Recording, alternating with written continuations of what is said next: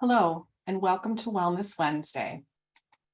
Today, we return to our mental wellness series. Our discussion will focus on finding connection and support while living with PD. I'm Donna Sperlakis, Senior Director of Community Engagement at the Parkinson's Foundation. Helping me behind the scenes are my colleagues Danielle Agpalo and Laura Cameron.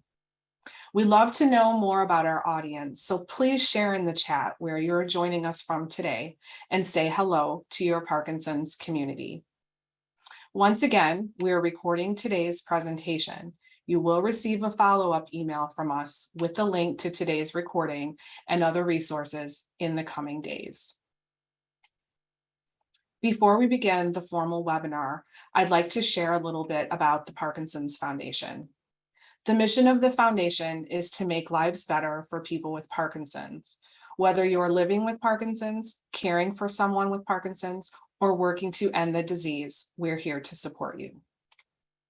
To achieve our mission, we pursue three goals: improve care for everyone with Parkinson's, advance research toward a cure, and empower and educate our global community. Today's program is a great example of one of the things that we're doing to help us meet these goals. The Parkinson's Foundation provides weekly educational and wellness programs virtually through our PD Health at Home series, including Mindfulness Mondays, Wellness Wednesdays, and Fitness Fridays. You can learn more and register for these programs by visiting parkinson.org/pdhealth. I want to invite you to join us this Friday for our live Fitness Friday session. Fitness instructors Ben Rossi and Dan Medvez will lead participants in a fun, fast-paced workout that will focus on agility, bending, lifting, pulling, and rotating. Learn more and register at parkinson.org/pdhealth. Today's Wellness Wednesday is presented with support from Sage Therapeutics and the Light of Day Foundation. We want to take this moment to thank Sage and the Light of Day Foundation for helping to make this program possible. Today, our discussion focuses on finding support and connection while living with PD. Research suggests that lack of social connection may impact quality of life even more than tremor.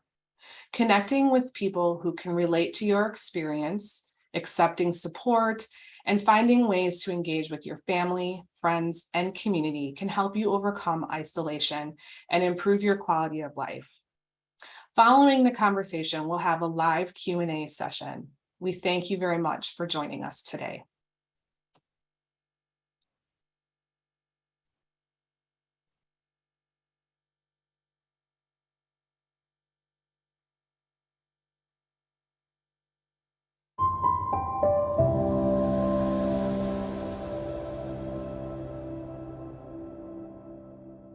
Welcome, everyone. My name is Travis Turner.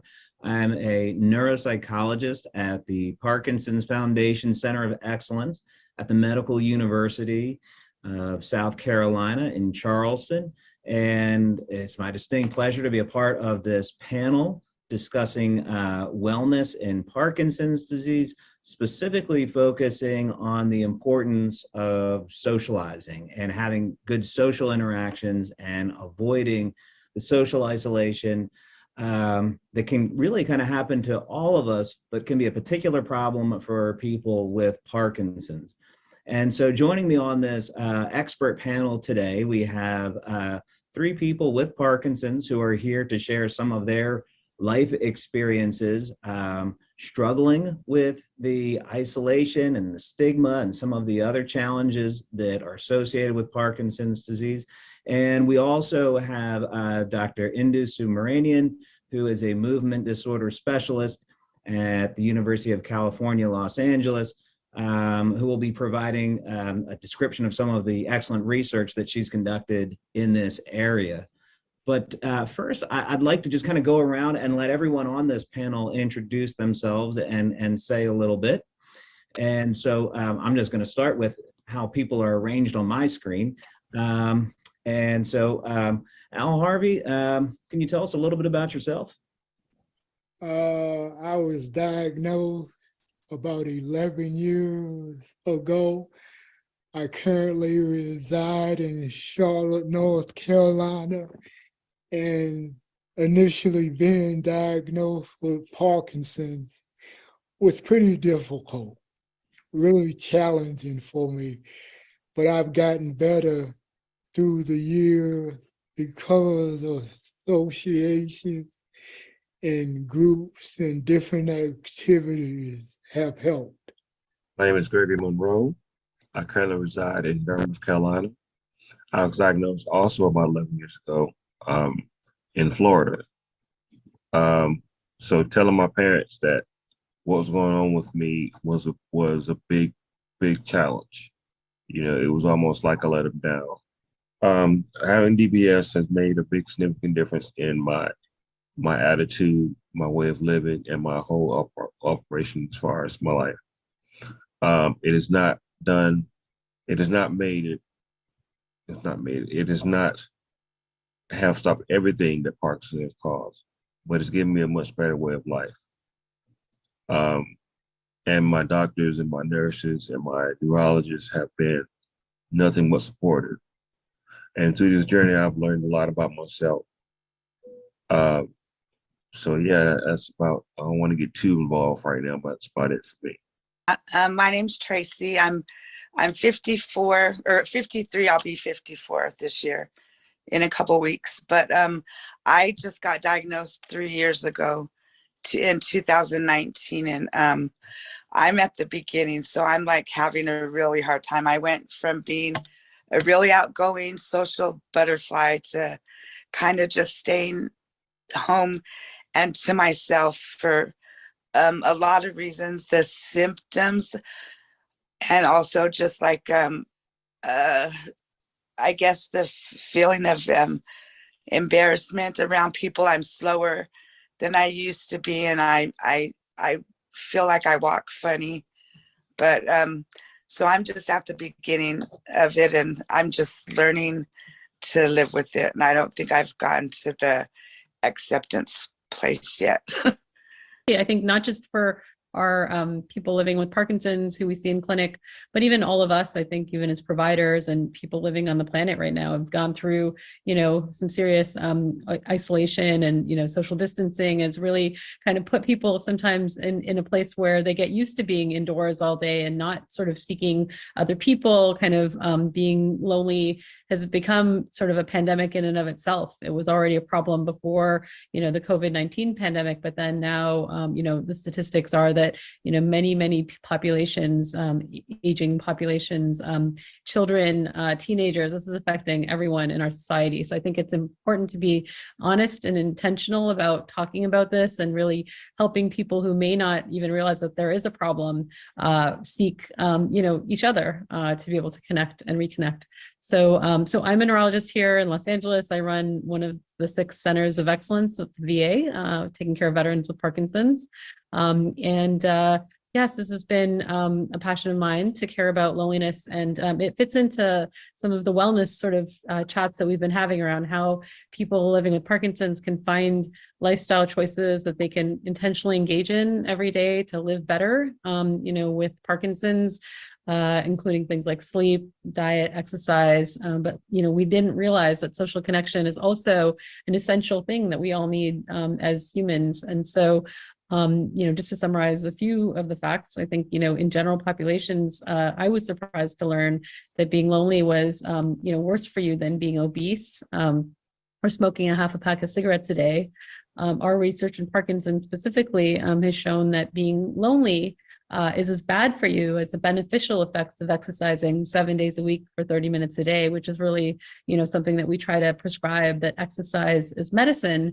And so when people socially disconnect, it is not a good thing. So if we can get people out and exercising in groups, we kind of have a double benefit in some ways.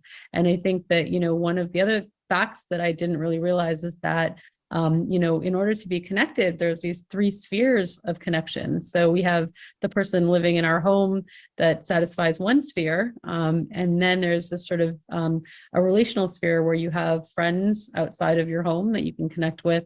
And then there's a sort of societal connection as well. So in the community, we find people that kind of give us a connection to something that gives us meaning.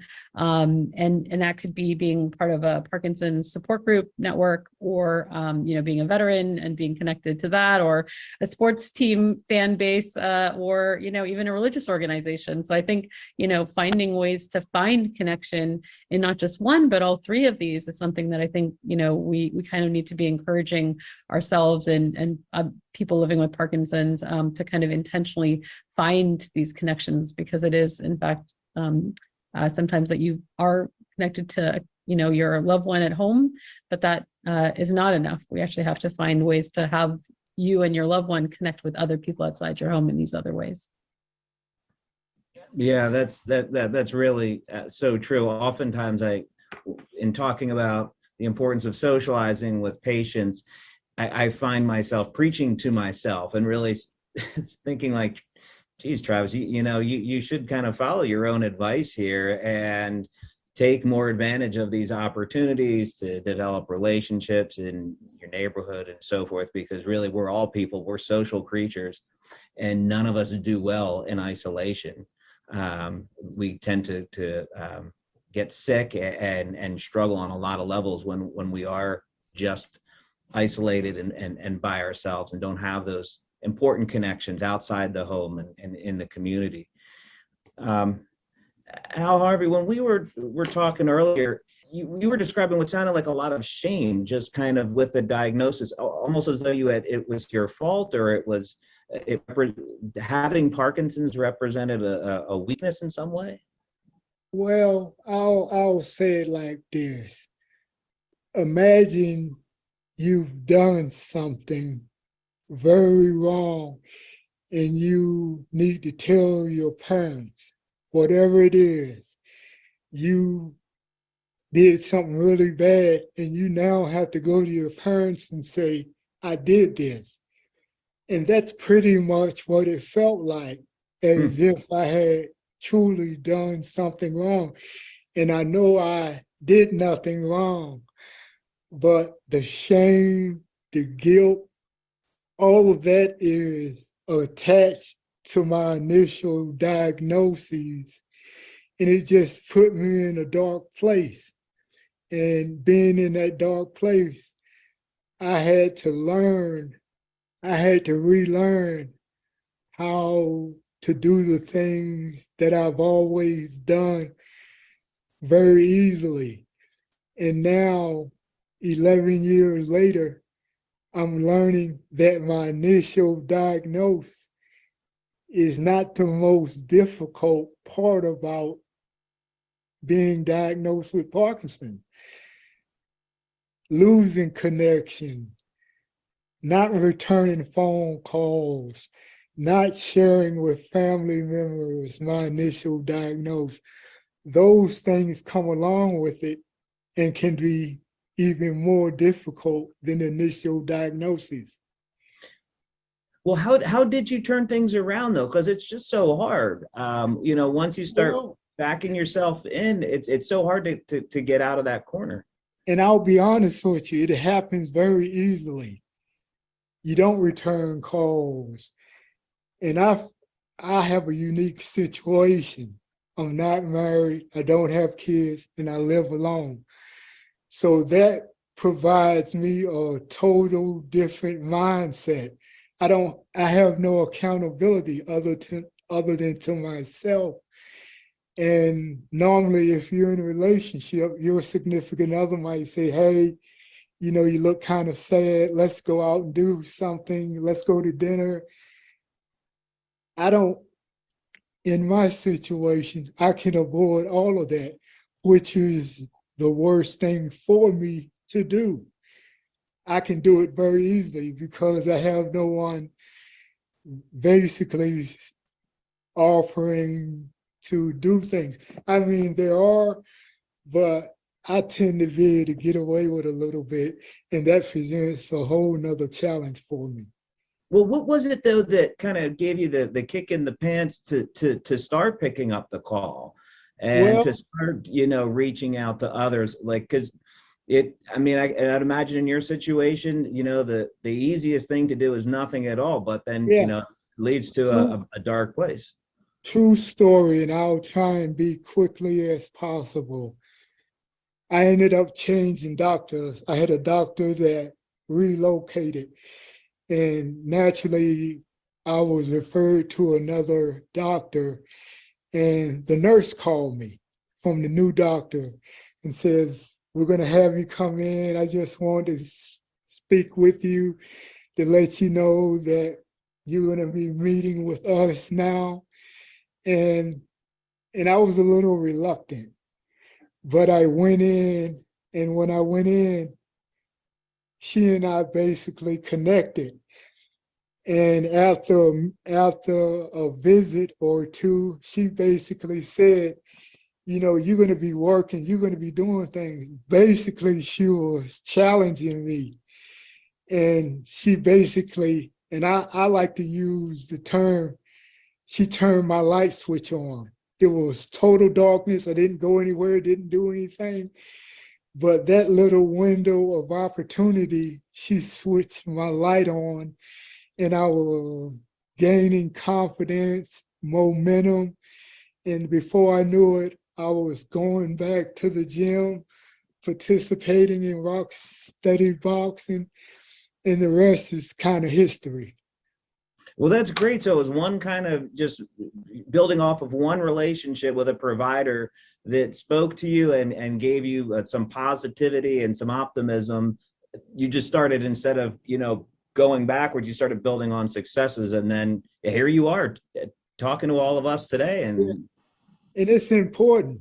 All it takes is one. Wow, that's really great. Gregory, how was it for you, kind of coming out of your shell with, adjusting to the diagnosis and so forth? Well, just like Al Harvey, not married, no kids, was blessed and able to move back in with my mom. She's my caretaker. But my first diagnosis, between that time I was in Florida for maybe since 2007, I was diagnosed in 2011. So about 5 years.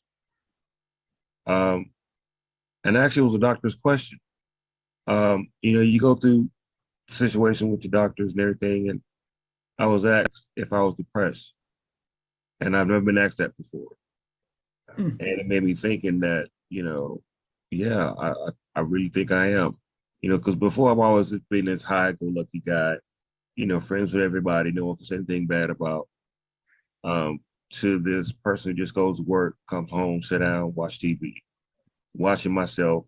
I don't like using the word, but it's prevalent for this particular conversation, deteriorate, not being able to do things that I could do a month ago, having to switch up. And like Al said, you have to change everything about your life. That don't mean stop it, just means change it. But when you coming from such a physical part of, being a quote unquote manly man, where you wash the car, you got your garage, you got your toys, you got your family, and not being able to do the same things.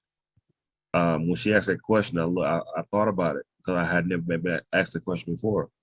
You go to physicals, everything. No one actually, are you depressed? But she asked me if I was depressed, and I said yes. And she prescribed carbidopa levodopa, which gave me a little bit of momentum back, and the light kind of switched off and said, you know what, I can beat this. I can get my life back. And that's how I started. And so when I came home, moving back in with my mom was kind of, I'm 52. So, moving back in with mom at 46, 47 was like, it was like, it wasn't necessarily like coming home, but it was like, man, here we go again. I'm staying with moms. But, mom went from being a mom to being a caretaker mom. So we had to learn, and we still are learning about each other in this journey that I'm going through. And I was asked about DBS when I first came here in 2016. and being, still kind of on that high. I don't need that. That's brain surgery. You crazy? I said, I don't need no brain surgery. I'm all right. But I too had anxiety attack one day. My medicine kind of ran out. Didn't get the refill in time. Had stayed up all night with tremors. Went to the emergency room, and that was, a wake up call too, to where it's like, I need some more help. So I talked to my doctors again about DBS, and they not convinced me, but they gave me what I needed to hear to move forward with the operation. And since the operation, my tremors have been none and void. Dealing with other medical issues, I don't really want to disclose right now. But as far as Parkinson's wise, I think I have a handle on it. And like I said, it doesn't stop me from doing everything I want to do. It just changes how I do it. It can really be kind of tragic in a way that things that are meaningful and relationships that are meaningful are given up because people just don't feel like they can do them the same way, rather than take the approach that Gregory has, which is just doing it different and adapting to life with Parkinson's and change in general. I don't know. Is that something that you see? Yeah, so I mean, I think from these stories, we're really hearing this sort of theme, right, of getting a diagnosis and sort of having a sudden reaction that may be negative. Sometimes a team that may not be the right team that's sort of leading you in the health space. That sometimes you just need to pivot a little bit, or have some time to get used to things, or have the right person to motivate you sometimes can make all the difference. So it sounds like, there's been some stories here of finding a provider that just really spoke to you and turned on that light switch, and that can be really important. Or identifying sometimes the sort of coexisting non-motor issues or mental health issues that are so common in this disease, and really helping that, getting to the bottom of depression, for example, or even anxiety, which was also described here, that can be honestly sometimes much more disabling or paralyzing, affect our quality of life much more than just, something like a tremor or some of the motor symptoms. So I think, we're hearing these stories that are sort of universally very common, but everyone kind of goes through it feeling kind of alone. And so if you can find the right people to kind of support you, inspire you, sort of help lead you through that, and it may be your mom, it might be your, nurse, or somebody else that brings you, sort of hope and helps guide you, in a troublesome time. But I think, the theme is that we can't do it alone most of the time, right? We have to have someone to kind of help us find those, regain the spark, or, that kind of thing. So I think these are very universal messages that we sometimes may not, hit the nail on the head when we're seeing you in clinic or something like that. We have so many things that we have to cover, in those short appointments. And so, helping people find the right people to guide them. Hopefully, that's the role for sometimes something like the Parkinson Foundation, or, a nurse, or a helping hand, or another person living with Parkinson's, to sometimes say, this was me on my journey, 2 years in, and then I found a way to feel better. So you have, the possibility to have that same thing. Let's help you find ways to reconnect to things that you love, people that you love. I'm wondering, have any of you looked to support groups? Tracy, in particular for you, where you're kind of new with this, have you gone to any of the support groups that are offered? No, I haven't. And this fell into my lap, sort of. So it's kind of like God talking to me, like, get out of this spot, because I know it's not good for me. And the application for the Aware and Care Ambassador just came across, and I filled it out just to fill it out. And I didn't think they'd call, and they didn't. Since I've gotten involved with that, there's more opportunity to meet people that are like me, and to find different things to do to help maybe somebody else that's way newer than 3 years, because it's scary at first. It's getting better, as the time goes. I can't wait to be where those two guys are, Al Harvey and Greg. There's kind of the mental image of what is Parkinson's, and it's, most people will tend to think of an older white man kind of hunched over and trembling, and that's none of you here on this panel. I mean, that is some people, of course, with Parkinson's, but when you don't fit that perhaps stereotype or that kind of vision that one might have. I know it can be harder to reach out to some of these social groups, the rock steady boxing, the support networks. Even just for women who have Parkinson's, it's harder to go to these groups. A lot of times you might see the women that are there are the spouses of guys, because Parkinson's does affect more men than women, and women as care partners are more likely to be pushing their husbands to go to these things rather than kind of the opposite. So I don't know, have any of you struggled with kind of that sort of sense of identity and accepting the Parkinson's diagnosis because you didn't feel like you fit what? With me, it was not seeing someone like myself until I came home and joined Rocksteady Boxing. But when I walked in, it felt like I was supposed to be there. That's wonderful. Everyone was loving. Everyone was caring. I did see people look like me, and that was the first time in 5 years that I was able to just see more than one person who looked just like me, and it took the shame away. Cause these people had some people that were a little bit worse off, than I was. But they were out there giving it their all. And I was like, if they can do it, I know I can do it. And now I have a family that I never thought I would have. And I seen just like my first, I hate to say it like it's a tiger or anything, but my first African-American who had Parkinson's.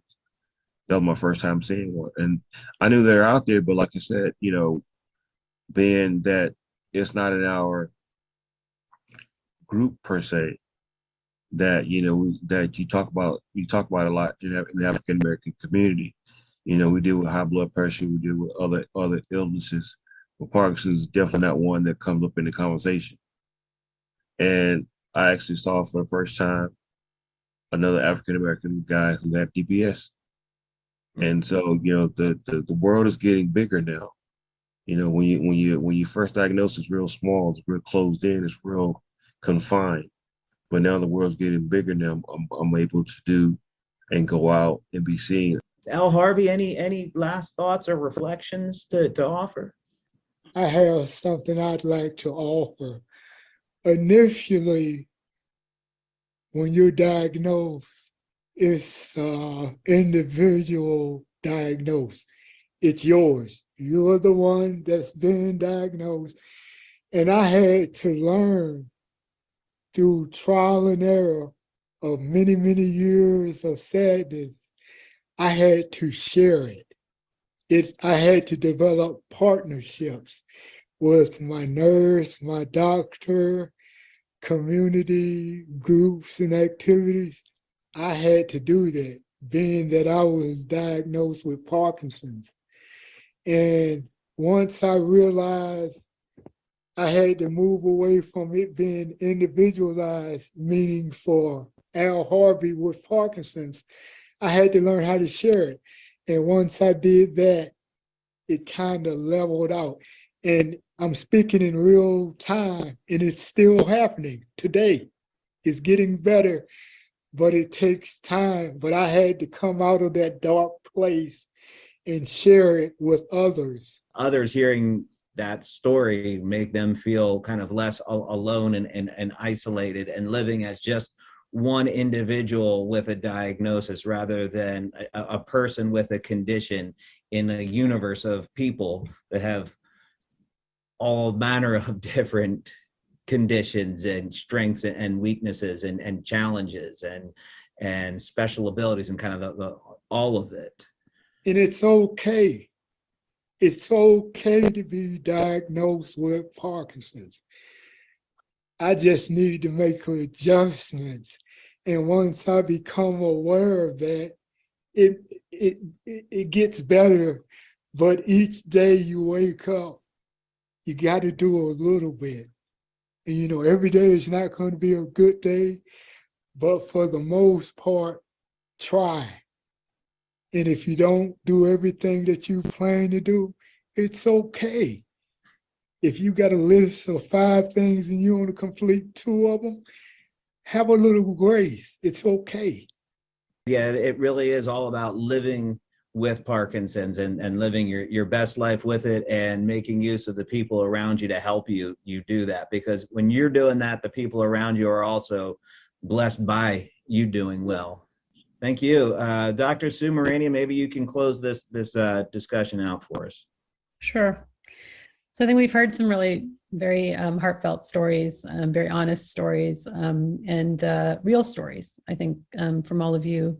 And, you know, I think that one of the things that resonates is that people are not seeing themselves in the images and some of the ways that we teach about this disease. And I think we have to do better so that people do feel included. It's hard enough because you feel othered by having something that's a new diagnosis. And then to feel othered because you don't belong in a community of patients or people living with Parkinson's is also another sort of way to feel disconnected. So I think that, you know, we can work together to try to bring voices and people forward who have different skin color, different, you know, gender, different race, different, you know, preferences, all kinds of cultural things that are different, and make everybody feel included. I think I heard that the world is getting bigger for some of us, but in some ways the world is getting smaller, right? We can all feel connected to each other. I think through some of these new digital platforms, we can feel connected through shared stories and really a purpose of trying to help each other to live better and feel better, no matter what our life circumstances are. As you said, Travis, you know, you're, you know, not where exactly you want to be. I think this is the human experience, is that we all sometimes have suffering, new diagnoses, uncertainty, things that, you know, we didn't plan for, right? That we weren't sure why me, why this? And so I think, you know, talking about that and realizing that all of us are going through things, and that, you know, we can help each other through it is, I think, hopefully part of the message. And so to stay involved, open new doors, you know, reach out, I think is really our hope for people who may be newly diagnosed, or even people who've been living with us for a while, even our caregivers, care partners out there that might feel a little isolated.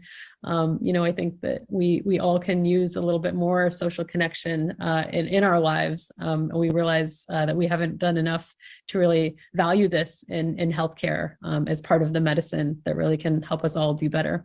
So I want to thank everyone for the opportunity to talk about this today, to really bring this to light, shine a light on this and other important, you know, aspects of how we're caring for people living with Parkinson's. Is, you know, the Black male experience, a woman, you know, who's a mom who you know is sort of dealing with all kinds of, you know, things in life. So all these things are stories that are important.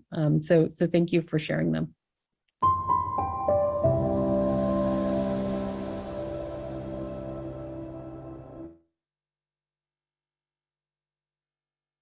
Thank you. And thanks, everybody. We're waiting just for everybody to join us again on video. So our panelists will be here.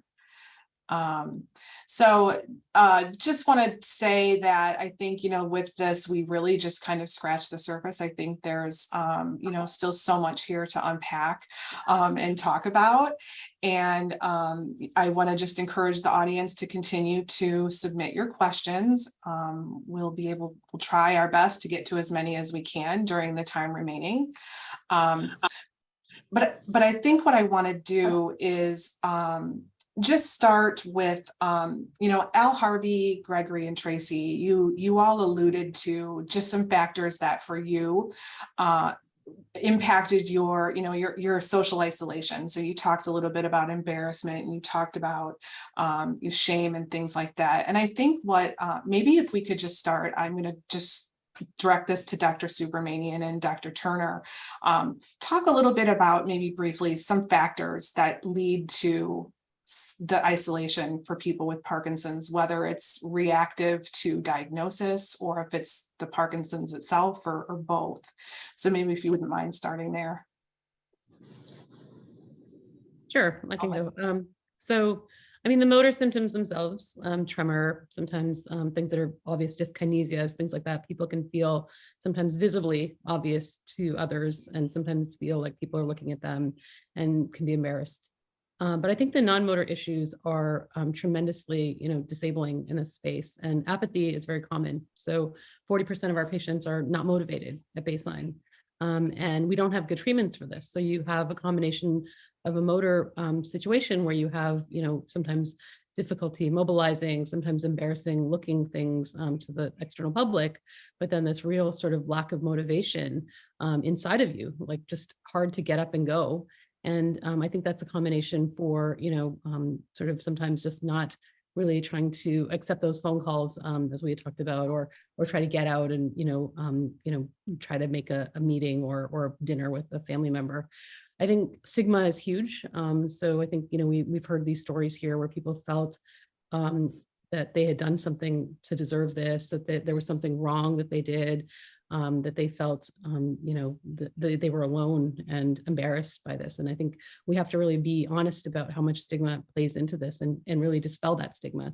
How common this disease is, that it affects everyone on the planet, or it could, and that you did nothing wrong to deserve this. I think stigma is a problem, and that we really have probably not emphasized that enough. And then we add on the mental health issues, such as depression and anxiety, that are sometimes very paralyzing as well. So depression can sometimes be feeling blue and sad, but sometimes also kind of like anxious as well.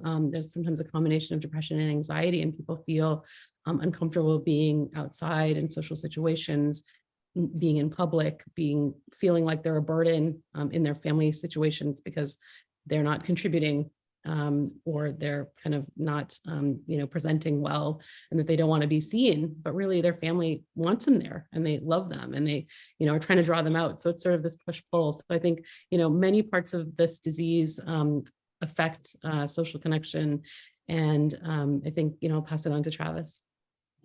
Yeah, that was great. And for me, the thing that really stands out there is what you mentioned, the apathy part. The apathy is such a challenge. There's a neurochemical basis for it, lower dopamine. There's less reward prediction. People tend to overestimate the effort involved with something and underestimate how good it will be. So they end up talking themselves out of things. And that's a really common in Parkinson's, because everything is harder anyway. The metaphor that I'll often use is, Sisyphus pushing that giant boulder up the hill every day, just doing the small things, from sometimes getting dressed and grooming can be harder because of the symptoms. So going out and socializing can be really hard, and it's easy to talk yourself out of it. One of the other things I would add to that are the communication struggles, problems with both the motor aspects of speech, having enough volume, having a clear voice, having the typical rate, and being able to have the right inflection or prosody, as well as trouble with word finding and losing train of thought. It can really lead people to be more passive in their communications. And like you said, Dr. Simorani, it's a very unfortunate, because we want to hear, what people with Parkinson's are trying to say. Family wants them to communicate, but oftentimes people feel inclined to sort of sit back and become more passive. And we know that leads to the feeling of loneliness, and can actually, we believe, accelerate cognitive decline as well, when people become less interactive and less communicative. Great, thank you. That kind of leads me, I think, to the next question. And I think I may pose this one to Al Harvey, because I know you mentioned that you do live alone with Parkinson's. And I think we often assume that people just have these automatic built-in support systems. And you did talk about, it was really your doctor, it was your provider who kind of lit the fire under you. Can you tell us a little bit more? Were there other for you, how do you continue to find connections? You mentioned, exercising. What are some of the things that have helped you to connect and to stay connected? Well, can you hear me? Yes, sir. I think each day that I wake up, I make the conscientious decision to live and to try. And that has taken some work. And even though I may have a schedule of things to do for that particular day, I may not meet all those goals. And I've learned to be okay with that. It's not a total failure as it was initially. I was really hard on myself, and I had to learn how to take things in stride. And, if it makes sense, Parkinson's happens one step at a time. I mean, I just had to learn to do as much as I could. And then when it didn't work out, I had to learn how to be okay. And I'm still working on that, but I'm in a better place now than I once was. Yeah, definitely sounds like it. And I think that's a really good point about taking, small goals and taking things one step at a time, giving yourself. And I think somebody mentioned it in the video about giving yourself grace. Yeah. And I think that was you. And I think that's just a really good point to, to bring home for people. Tracy Gregory, would you have anything to add? It's kind of funny because me and I just talked about this the other day. With me, it's inviting something new. Along with everything, sometimes you get stagnant when you do the same thing all the time. And you get kind of displacent because you know what you have to do, and the limit of the amount of time and energy it may take for it to do it. So for me, it's inquiring something new. Like now I'm into pool therapy because of my back situation, but it still helps me out with my Parkinson's also. So just, and it's not a big thing, I'm only going 2 days a week, but it's something. And the fact I know myself, I put my money into it. So therefore I know I have to go, because if I don't, it's going to be like, okay, I'm paying for this, I need to go. So there's small things that, going back to what Al said, as far as having the, being okay with doing, not doing a whole list. Don't put so much on yourself to where you have to think like say you have to think that you didn't get anything accomplished. If you only did 2, if you put down 5 and you only got your 2 done, then how about tomorrow you put down 3 and say, you can get done. Start small. Give yourself small goals to accomplish. I think it'll help out with your overall view of things you have done. There's things you can get done in the amount of time you have to do them in. What about you, Tracy? Anything you would add? I think just the same thing is just not to be so hard on yourself, because that's my problem. Like I can't do what I used to do, so I feel like I'm a failure a lot of times, but I know I'm not. I'm just a different Tracy now. So I have to take things in pieces and not all at one time. So, and really, I just wanted to say that since we recorded this, I've been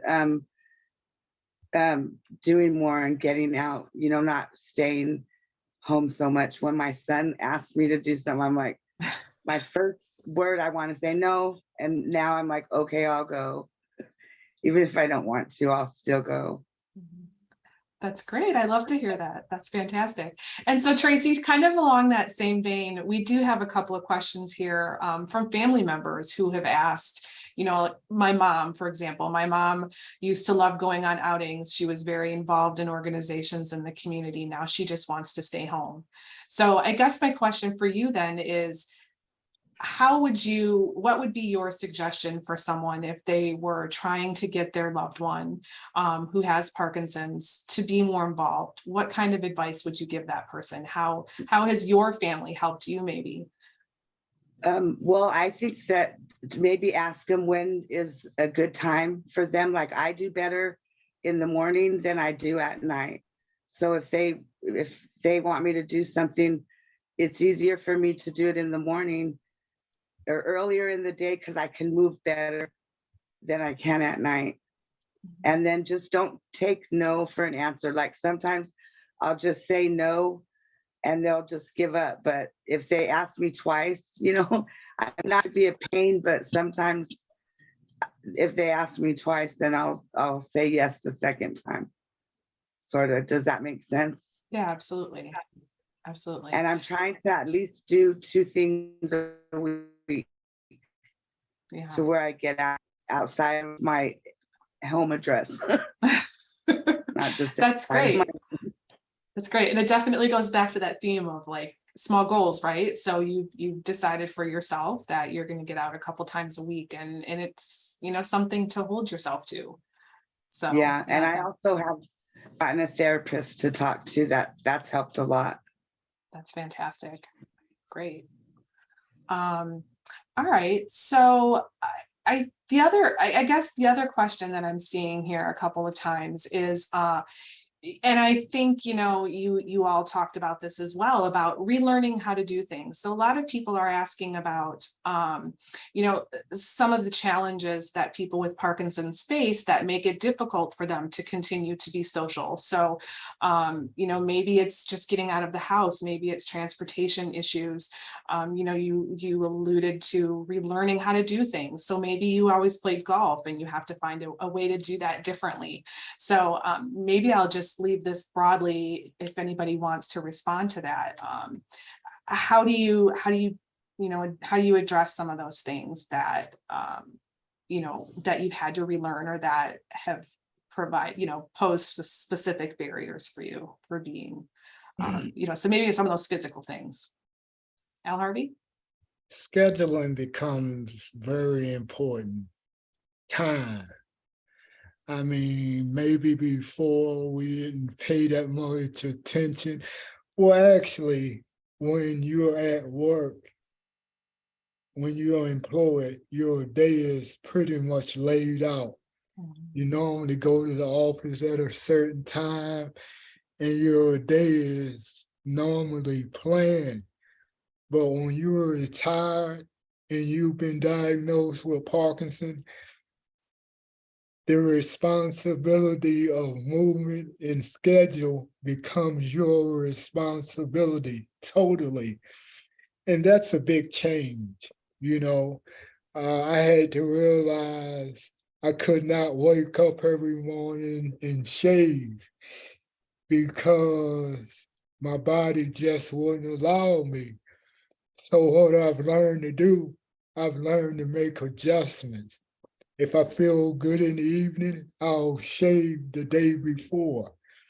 Just little things. I keep bags in my car. If I decide to go grocery shopping or pick up something, I have the bags to carry the items. Just little things. Life with Parkinson's, we need to learn how to live with adjustment. Don't mean you can't do things with adjustments. That's I think I great. want to add to that, along with adjustments. To me, it was realizing that certain things I just couldn't do anymore. But it's okay, along with like I said, playing golf, or like with me is playing pool.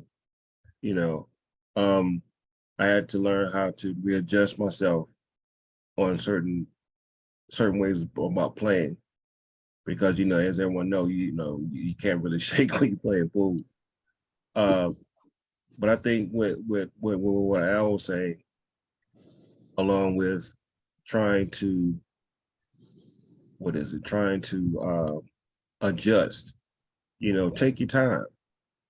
Like for me, it was going out being seen. So, if you can't go to the store right quick, just go to the end of the driveway, take a walk to the end of your driveway. Take a walk, go sit in your car for a while. You don't have to drive anywhere. Just go do that one little thing that you didn't do yesterday, or to do one more thing that you did yesterday. If you went from the porch to the driveway, then go from the porch to the driveway to the end of the road. You know, and you just do that on a constant basis, which would give you the or the ability or the strength to say, well, if I went this far, this is how far I can go tomorrow. I said, it's always, you know, it's always a new challenge out there for you to do. You just have to make it in your mind that you can do it. Never give up. That's my biggest thing, is never stop and never give up. It's great.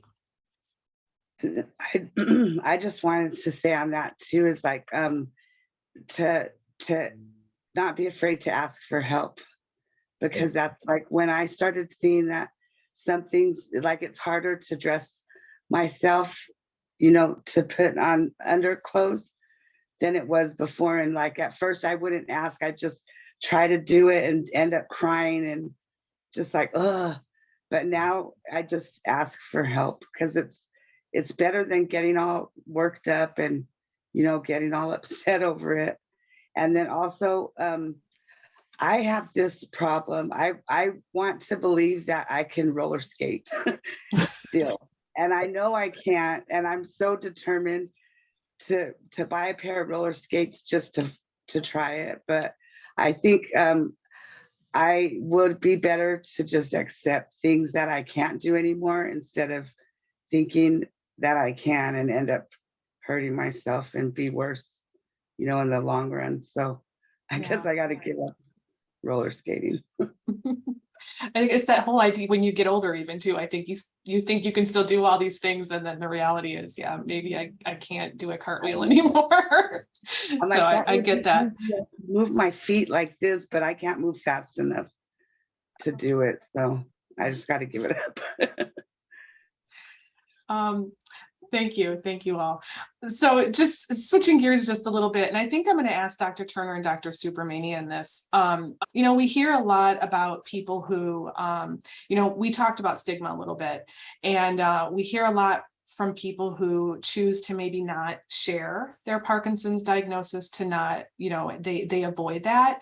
And what it turns out to be is it just becomes more socially isolating, right? Because people aren't going out, they don't want people to see, to ask questions. So how would you guys respond to that? Or how would you help somebody who is maybe struggling with that? I guess I'll take a stab at it. I don't think there's any single correct answer for this.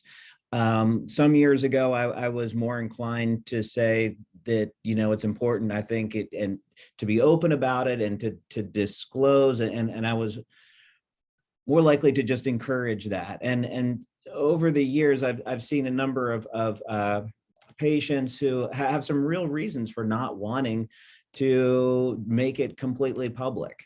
Usually this is related to still being employed and feeling like their job was in jeopardy, not having that. Really, employment security has been the main thing that has come up, where I can understand that it isn't something that, you know, you just want to run out and tell the world. But as you said, if you don't disclose to the people who are close to you, who are important to you, you're going to just create a widening gap. And the more time goes by where that's not shared, the wider the gap gets. And the truth is that people will start to notice. And when people start to notice things like you maybe are seeming a little slower, or your voice has changed, or you're maybe not doing this the same way, or maybe not doing it at all, they'll tend to fill in the gaps with misinformation. They'll come up with other ideas that are incorrect. And that only further tends to separate people. So I don't think there's any one single right way to have that conversation. It's very dependent on who the people are and the dynamics. But it is a conversation worth having. And I think to start the conversation, it's oftentimes helpful to have some information in hand so that you can hand to the person, be it, you know, a sibling or to children, so that they're not just plunged into, you know, the internet of researching Parkinson's, to have stuff like information on the Parkinson's Foundation, where people can get some real information about what it is and what to expect. It's great. And I would say, just to add to that, mean, I think that, as providers, we want to be able to have somebody to support you even from day one, if possible. It's always more helpful to have somebody, another set of eyes and ears, people to write things down, to go over things, to help advocate for you. The medical system is so complicated. And I think, having somebody right there with you from day one, which we've really not emphasized before, but we're trying to do that. And for women, I think, it may not be your spouse, it might be another woman, it might be your sister, it might be your, daughter or your best friend. And so I think you want to find somebody, at least at the beginning, just one person to let in and talk to and be able to, be honest around. And then, you can slowly maybe widen that circle. But I think when you're all alone dealing with this and you feel, very isolated, that can be very, very not healthy. And we see this, in people not engaging, getting less, motor problems increase, more depression, anxiety, their cognition can change. Many things can change. So the trajectory is much better if you involve people, honestly, from day one of diagnosis, if we can. It doesn't mean that you have to tell the world overnight, but certainly the people that are around you. And I've had situations with patients who, don't want to tell their closest family members and are really hiding this. It's like a big pink elephant in the room. And it's tremendously stressful to live like that and to constantly be hiding and covering things up. So I think, sometimes working with a psychologist, a therapist, as Tracy is doing now, and that's what Travis is. And even, people like physical therapists and occupational therapists and people that can motivate you, sometimes set, goals for you, and you can, work around some of the things. Say, I want to roller skate, can you help me do this? Maybe we could put some on, maybe we could go to the roller rink by ourselves, but, sometimes that's kind of fun to try to, achieve things. One of the interesting things about Parkinson's is that it's so different every day. And so sometimes you might actually be able to do that roller skating, and maybe sometimes it's unsafe. So, I think getting an extra set of eyes to look at that, like a physical therapist and guide that would be, some things. I think, involving other members of the team, not your just doctor, could be, therapists, psychologists, social workers, PTs, OTs, people like that, or, bringing in somebody who is your best friend to your appointments would also be something that I think I would, push for. And I think you made a really good point too about, because I always hear people say, well, it doesn't have to be your spouse, right? It doesn't have to be, your best friend. I think people can find a person in surprising places. And maybe it's like the person who you connect with the most in your exercise class, or maybe it's even a neighbor. I think it's just for people kind of getting over that, having that fear of asking, and you may be surprised where you find that person, right? Like it may not be the most obvious person. So, yeah. Great, thank you. So I'm just looking at the time, and I think what I want to do just to kind of close it out is I want to ask Gregory, Al Harvey, and Tracy just briefly, like one bit of advice, or if you were to tell everybody who's watching, if they're looking, if they know they're isolating themselves or self-isolating and they want to get out, maybe what is one thing you would tell them to try? Or just find an exercise class or whatever it is. What would be your advice for somebody? So Gregory, maybe we'll just start with you. Wow. Honestly, I can't really put in one word, but I'll try to do as least as possible. Never stop. Don't give up. Always, well, not always, but think small. Because Great. thinking big sometimes allows you to not, like I said, not get as where you want to be, or not get as where you thought you might be. So if you start small, then small goals lead to bigger goals. Bigger goals lead to bigger goals. So those be the words that I think I will leave with you all today. Perfect. Al Harvey? I probably have about 2 or 3 things. Number one, you have to get out of the house every day.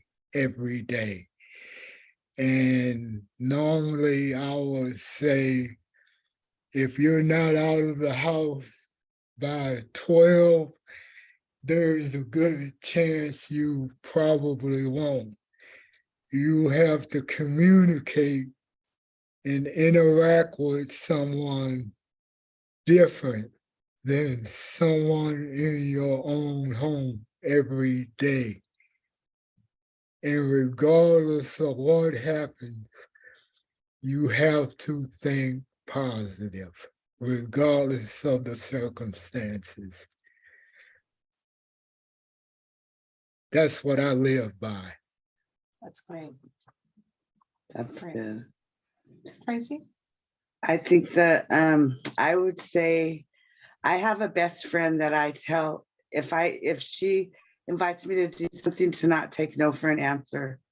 So I'll say no right Don't away, take no and for- she'll just come anyway. And I'll be like, I said I can't go. She'll tell me to get dressed and let's go. That's good. That's great. All right. Well, thank you all so much. Appreciate your sharing today, your insights. Just on behalf of all of us at the foundation, I want to thank our panelists, Dr. Turner, Dr. Subramanian, of course, Al Harvey, Gregory, and Tracy. And thanks to all of you who joined us today. Just a reminder, a follow-up email will be sent. It will include a survey. There'll be a recording of today's program, and then there'll also be some additional resources for you. Again, join us for our next Wellness Wednesday, on May 31st, where we're going to discuss speech, swallowing, and drooling. Most people with Parkinson's disease experience changes in speech, voice, and swallowing at some point during their PD journey. So we'll be talking about tools and exercises to help you better understand and manage these changes. So for more information and to register, go to parkinson.org/pdhealth. And then if you had a question today that was not answered, please reach out to our helpline by calling 1-800-4PD-INFO or emailing the helpline at helpline@parkinson.org. You can use that same contact information to order our free resources, including our educational booklets and our hospital safety kit. We thank you for joining us today, and we hope to see you again soon. Please be well.